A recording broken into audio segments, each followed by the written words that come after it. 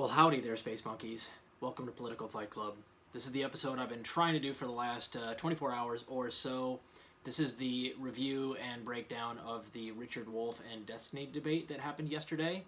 Now, Destiny is a left YouTuber, kind of left YouTuber, who's gone significantly right, especially of late. And if you don't know anything about him, he's like the kind of lefty Ben Shapiro, where he sounds like he's a chipmunk on cocaine when he talks, and it's almost impossible to follow him, especially when he gets going. And he is mildly annoying that way. And he decided for some reason to debate Professor Emeritus from University of Massachusetts, Richard Wolff, who's one of the leading, Marxian theorists and economics professors on the planet. So I've been waiting for anybody really to try to take on Richard Wolff. Richard Wolff has, in the past, eaten like Jordan Peterson, Gene Epstein. He could take anybody. And so I predicted that this would be somewhat of a bloodbath, and it kind of was. Go on. Get on up there. Go. It kind of was a bloodbath, but it got a little bit out of control, particularly in the middle, where they got into a bunch of arguments on semantics, which, again, if you know anything about this show, I hate semantical arguments, and this showed why, when you get into semantical arguments, you can ruin a debate. Because it could have been better had they not wasted the middle half hour on trying to define socialism for Destiny in a way that he could understand. So I'm going to break this into three different parts. There are three different sections of this debate, and it's pretty well delineated, and I'm going to go over each one of them individually. The first part is going to be opening statements and Richard Wolff correcting Destiny on economics and GDP can be very high, and economies can work very well under even communist systems. So that's what that's about. He's also going to define what he thinks socialism is for Destiny towards the end of that first segment, because Destiny just really doesn't understand what Richard Wolff finds to be, or the definition of socialism. So he gives him three different definitions about what different sects of socialists believe it to be, and it goes right over Destiny's head. So we'll go over that. Second part, they get into a battle about Mondragon. Destiny knows that one of Richard Wolff's go-to points on unionization is the Mondragon Corporation of Northern Spain, and it's a worker co-op that has done extremely well over the last, decades and decades. I think it's been about 100 years now. And he always likes to go at that, and Destiny had a couple of very flimsy points to try to take down Richard's Mondragon point, and I will go over that second. That was what happened there. And then there was a huge clusterfuck of semantics where Destiny really wanted Wolff to define exactly what he meant by capitalism and what Wolff really meant by socialism. And Wolff, being a professor, he explains it as best he can, but that socialism isn't really one definition. There's different schools of thought on what socialism is. And if I may make a critique of Professor Wolff, when somebody asks you that, just say, listen, what I believe socialism to be is more equality in the workplace, so I'm very pro-union, and one of the countries that I like that does this very well is Finland. 80+% unionization. He needs to just give an example instead of going back to lecturing, which he does. That's the one critique I have of Richard Wolff, is that when Destiny was trying to get a definition of socialism out there, he just keeps going back to the first three definitions that he gave at the beginning. And then the last part was the Q&A and Destiny flopping on a COVID question, and a question about Jeff Bezos. And I will read those to you as well. So first things first, Richard, if I may make a critique, when someone asks you what socialism is to you, what socialism means to you is more equality at the workplace and less exploitation built into the employee-employer relationship. That's what Richard Wolff more or less thinks is socialism for the future. Democratization of the workplace. I wish he would just say it. He didn't say it yesterday, and it caused a semantical nightmare in the middle of the debate. So first things first, Destiny opened with almost exactly what I thought he would, guys. In my previous video, I thought that he would definitely bring up Communist China, USSR, Venezuela, Cuba, like they always do. And in his opening statement, he falsely equated all these like failing economies, like the USSR, Venezuela, Cuba, China, Vietnam. He did it right off the bat, and that's a rookie mistake. And Wolff kills him right after that, and I'll tell you why. The second thing that he did is he said that capitalist countries aren't doing that badly when it comes to COVID, and socialist countries aren't doing that well. Like socialized medicine isn't doing that well during COVID, which is bogus. But I digress. And he also said that boom-bust cycles are, in fact, created by capitalist systems, but a boom-bust cycle is still better than an entirely bust cycle. That was his words. And Wolff immediately dragged him the way that I would expect him to. He says that USSR and China are the two biggest economies right now, and they have been by far the most successful economies over the past 100 years, and they are both basically communist countries, so what are you talking about? The economies of communist nations, including China right now, are outproducing our own, so what are you talking about? So that was a little bitch slap, sit down boy, is what Richard Wolff did there. And then, if I may, and Wolff does this later, he says, or Destiny says that the capitalist nations are doing almost as good as the socialized nations when it comes to medicine. I'm like, bullshit. The top 3 countries, as I said on a previous episode, in deaths and infections are the United States, India, and Brazil, and all are capitalist nations. Those are the 3 biggest capitalist nations in the entire world. What are you talking about, dude? So Destiny is just, and Wolff calls him out this a lot during this. He's just wrong on the facts a lot. He also snipes and does a lot of personal shots towards Wolff and tries to get him to lose his cool a couple of times. And luckily for Richard, he doesn't take the bait. Destiny's just not a good debater. So the second part was about how Wolff defines socialism. And this is where he gives the 3 definitions of the most common sorts of socialism nowadays, which are basically democratic socialism, social democracy, and like what he talks about, which is more like a Marxist style, but it's more like pro-union socialism, where you focus more on the workplace rather than the economy. So number 1, he defines to Destiny as a social democrat. He says that there's a type of socialist that they want just heavily regulated capitalists in charge, or heavily regulated corporations in charge. So you keep capitalism in place, you just heavily regulate it, and that functions the best. That's a social democrat. That's one school of thought. The second school of thought is democratic socialism, or farther left socialism, where you actually believe that we need to tear down our current system because it's not really democratic. Our system of government is not democratic, and build it up to be actually democratic.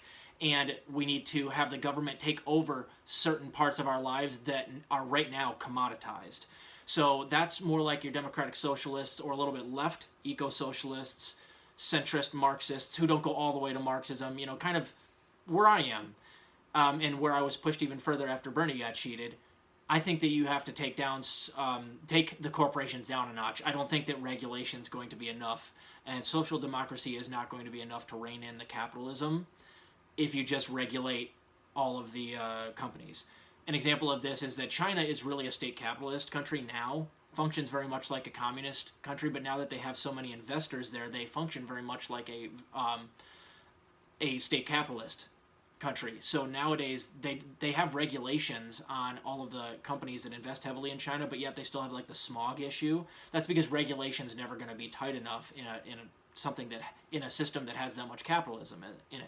So that's number 2. And then the last one is the one that he always uses, Richard Wolff, is democracy in the workplace. High amounts of unionization. If you start with the workplace, then that will permeate its way out, and it really takes the reins away from the corporatists running the country who are industrialists or capitalists, or the capitalists that are running your country via the government. It takes the authoritarianism out of everything by democratizing the workplace, and then wages go up, and the employee-employer relationship becomes more equal, and that fixes things from there on out, which I happen to believe that you absolutely do have to do that. I don't think that's all you have to do, but I think that's a great way of looking at it, and that's what Finland has done, and they still have plenty of capitalism in their system, but because they have so much unionization, it functions like a social democracy or a democratic socialist system.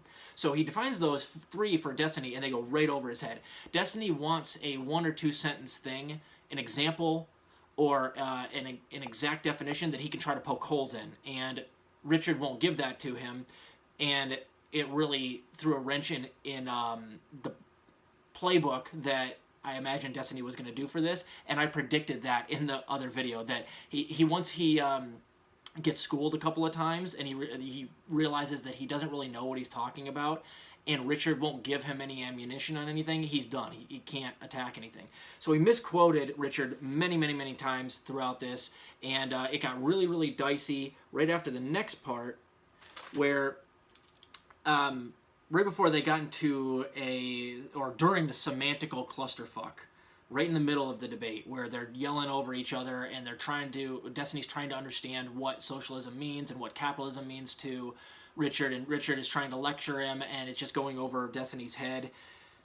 What they ended up talking about towards the end is Destiny goes, well, in all of these or in a socialist nation where you don't have, investors investing in companies because there's no fiduciary response for a company to get money back to their investors via stocks, why would anybody ever invest in anything? And Richard corrects him. He goes, all you're doing when you're playing the stock market with these companies is what you're supposed to do is invest in companies that you like, that you think are giving a good product because you want to. But what happens nowadays is it's more like gambling, where you're playing the stock market and trying to gamble on what you think is going to do well, that's going to make you the most money, but it has nothing to do with you investing in companies that you actually want to invest in. It's just what companies you expect to do well in. And also he points out, and this should be obvious, of course a company has no responsibility to make money for you if you invest in them. This is the stock market here. You give your money to some company to build up, and you lose your money, that's on you. That's not on the company. The company, as long as they can show that they're trying to do their best, they don't owe you a damn thing. And then this is kind of what I said would happen as the second thing in my first video, where I thought that Destiny would argue for lower consumer prices at the expense of slave labor in other countries as a good thing about capitalism, and that doesn't ever land well. Arguing that you're okay with the components for your iPhone being mined by little kids in other countries at slave wages as a good thing to keep consumer prices low doesn't land well with the public. He didn't quite do that, but this argument about how there is a fiduciary responsibility by all companies to get money back to their investors is almost the same thing, because it admits that these companies, it's okay for them to cut throats and to do whatever you have to do so long as your bottom line is padded. And he's admitting that, tongue-in-cheek here, that, he thinks in socialist, there won't be, the socialist systems, there won't be any capital that goes into these companies. That's not true. And that there won't be any investors in these companies unless these companies can guarantee they're going to have money coming back to those investors. That's not true. And people will still invest in things that they want to invest in because the company has a solid, mission statement, and they like what that company does. But this shows it's how Destiny thinks it's okay to basically do whatever you got to do to pad your bottom line and to make sure consumer prices stay low. And I don't think that's an argument that lands very well. And Richard basically goes, no, you don't have any responsibility to your investors to get this money back. If you do, of course it's good, but you're not under the influence of your investors. You run your company the way that you and your workers see fit. Your investors can invest on the outside, but they don't get a say in what you do. And it is not up to you to appease your investors. It's up to you to appease your workers and to continue making good product. And that, kind of ended the second part, and they went to the Q&A right after that. And this is really...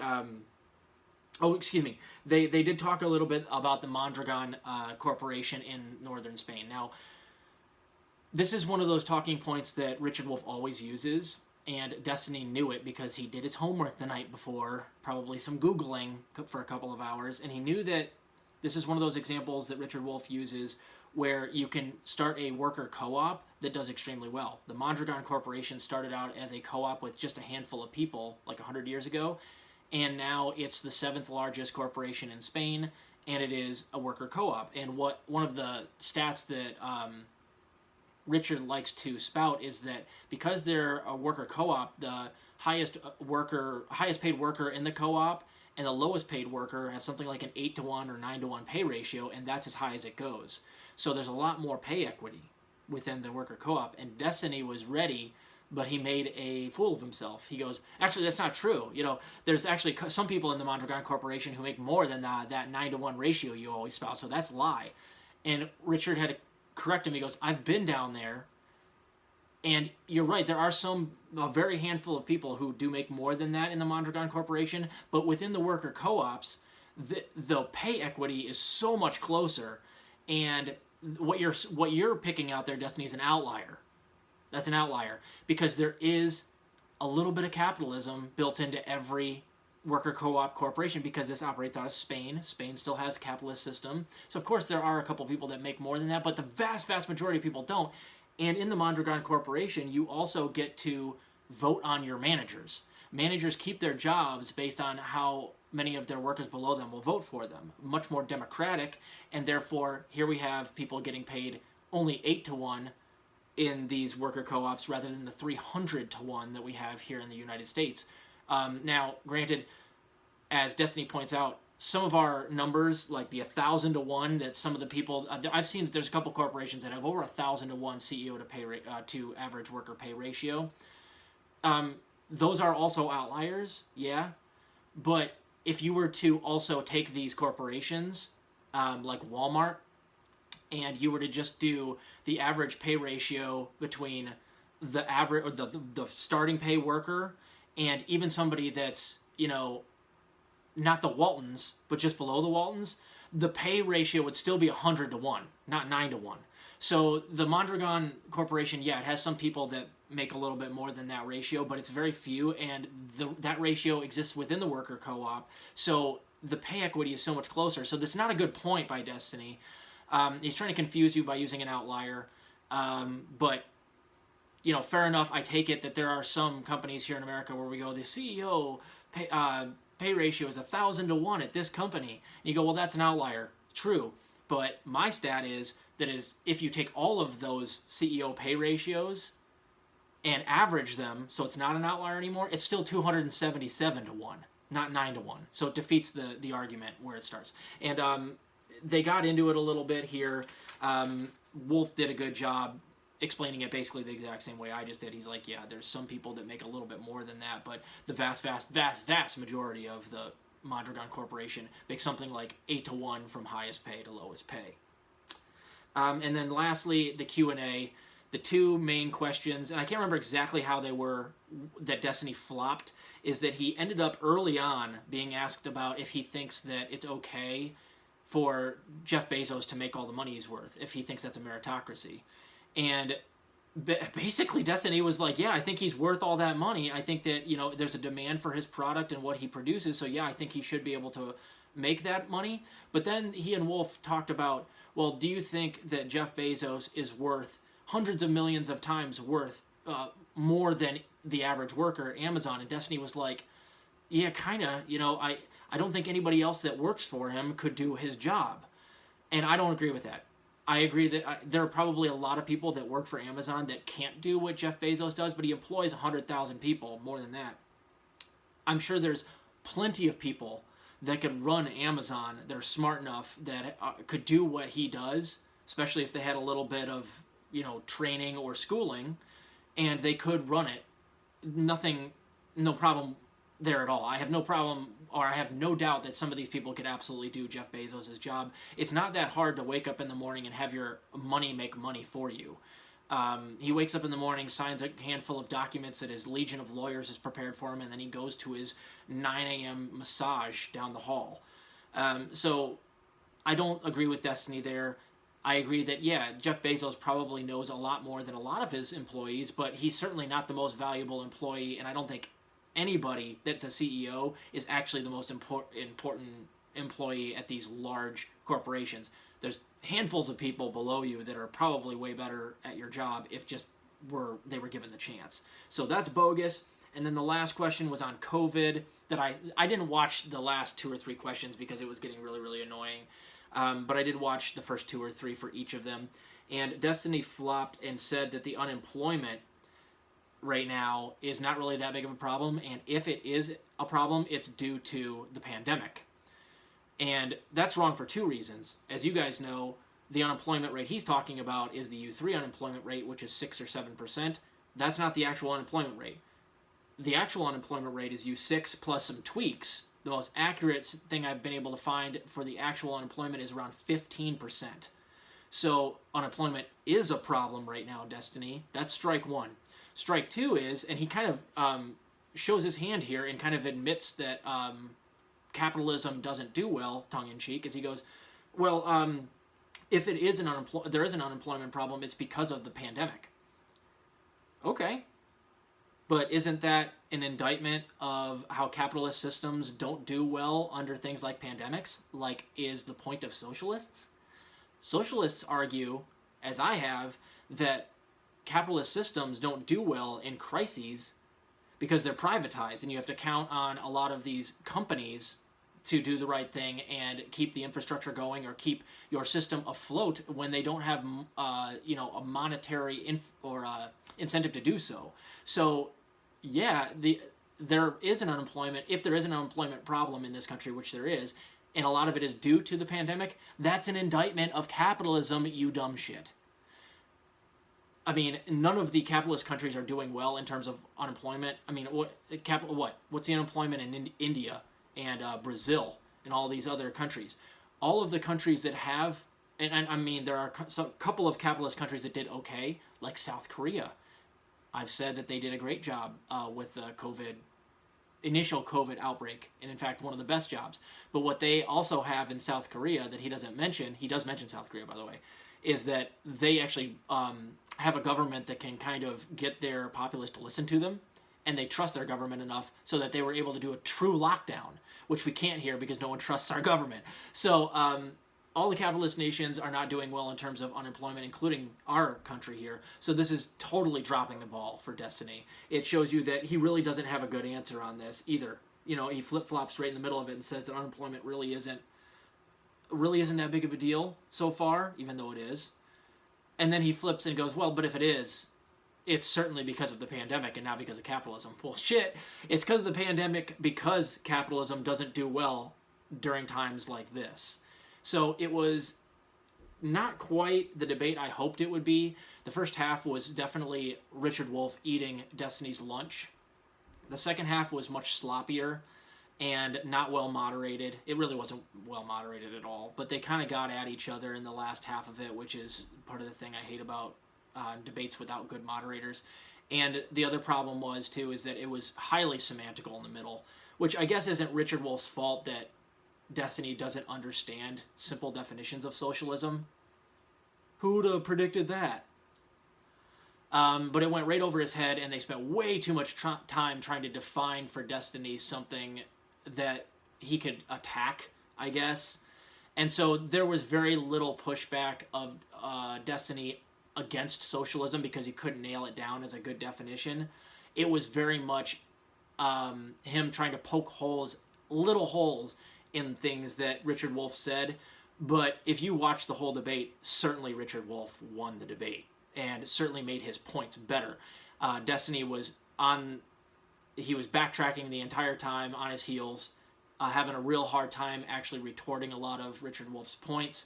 And he also simply showed that he doesn't quite understand. He doesn't understand socialist theory enough. I don't think he really even understands capitalist theory enough to defend it, and he doesn't understand socialist theory enough to attack it. So he was kind of in limbo, taking snide shots a lot of the time, strawmanning like crazy. So it was an easy win for Richard. I wish Richard would actually, though, define what he believes to be the best form of socialism going forward, so that at least they can have an honest conversation. Because if he had just simply said, Destiny, this is the socialism I believe is the next step, it's something like Finland, then they could have kept that conversation going, let Destiny try to attack Finland, and then you just dismantle them like that instead of yelling about semantics for 30 minutes. So it was a good debate. Richard Wolff definitely ate Destiny's lunch. The highlights were definitely the Mondragon argument and Destiny not understanding like the difference between the three types of socialism that Richard kept breaking down for him. It just shows how unprepared he really was for this debate. So, could have been better. It was still good, and I'm glad that Richard did his thing and actually took the debate, because it is important to expose people like Destiny for stuff like that. So, keep fighting the good fight out there, guys. I hope that wasn't too long and boring for you. I highly recommend you go watch the debate for yourself. It was entertaining. Once they get to yelling at each other about 2/3 of the way through, scroll forward to the Q&A, because it's a little insufferable for a little bit there. But once you get to the Q&A, it's a little more bearable again. So keep fighting the good fight out there, guys. Love you. We'll see you later.